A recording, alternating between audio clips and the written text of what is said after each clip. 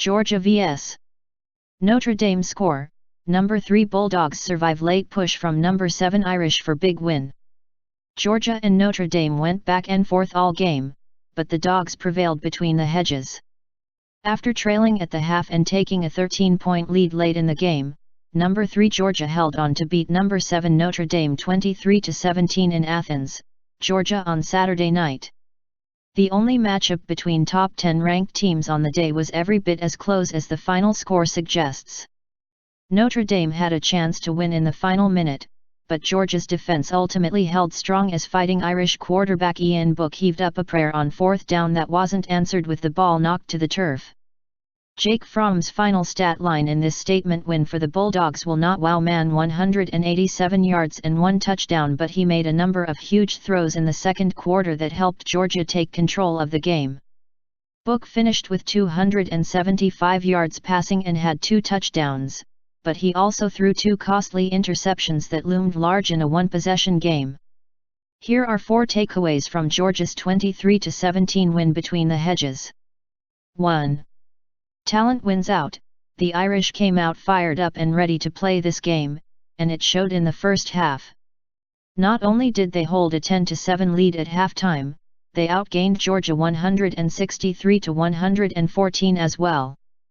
The Notre Dame defense was getting pressure on Fromm and winning battles against a Georgia offensive line that's not used to losing many. The second half was a different story, however. Georgia nearly doubled its yardage total in the first half from 114 to 225. DeAndre Swift, who struggled to find a lot of running room in the first half, began to see larger lanes as the Georgia offensive line started winning more of those battles. Fromm, whose final stat line wasn't amazing, made big throw after big throw to targets like Lawrence Cager and Demetris Robertson. Recruiting rankings don't win games on their own, but the talent sure does help in games like this one. 2. Kirby Smart's decision-making could still be a problem. I don't need to remind Georgia fans of some of the decisions Smart made in the SEC championship game last year that helped the Bulldogs blow a 21-7 lead over Alabama. It's possible Smart was giving them some flashbacks on Saturday night, though. There were a few key moments in the fourth quarter that had me scratching my head a bit. Some questionable timeouts called, as well as a decision to pass on third down late in the fourth quarter. The Irish had just scored to make it 23-17 and then made a questionable decision of their own, kicking off instead of attempting an onside kick. Notre Dame had no timeouts with 2 minutes remaining when Georgia opted to pass. It was incomplete and stopped the clock. Had Georgia run the ball, it could have run another 35 seconds or so off the clock. That wasn't the decision I liked the least, though. What I don't like is when a coach has a chance to go for the throat of their opponent, and they let up on the pressure. That's what Georgia did in the fourth. The Dogs were up 20-10 facing a 4th and 1 at the Notre Dame 26 with 7 minutes left in the game. The Bulldogs had been running the ball effectively the entire second half. They should have been able to pick up the yard, and if they had, they might have scored another touchdown and put the game to bed. At the very least they could have run more time off the clock before settling for a field goal. Smart instead opted for the field goal, which is defensible. It made a 10-point game a 13-point game, and that meant Notre Dame needed 2 touchdowns to win. I get it.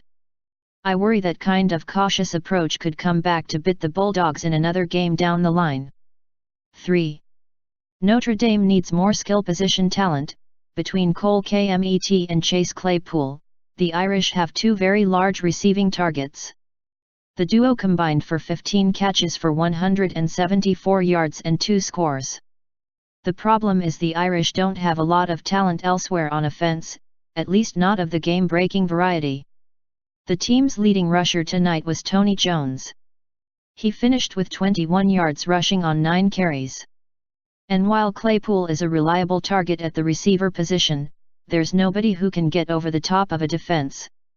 That makes life a lot more difficult for an offense, particularly when it's going against a defense with the talent and skill Georgia's has. It's a problem that limits what the Irish can do. 4. This loss won't eliminate the Irish from a college football playoff berth, That's not to say I think it will happen for Notre Dame this season, because I don't. But if anybody tells you that the Irish have been eliminated from the CFP after this loss, they're just saying things for the sake of saying them. A 7-point loss to Georgia on the road shouldn't eliminate anybody. That said, considering the Irish don't have a conference championship game that can boost their resume, the margin for error is razor thin right now. They can't afford to make another mistake.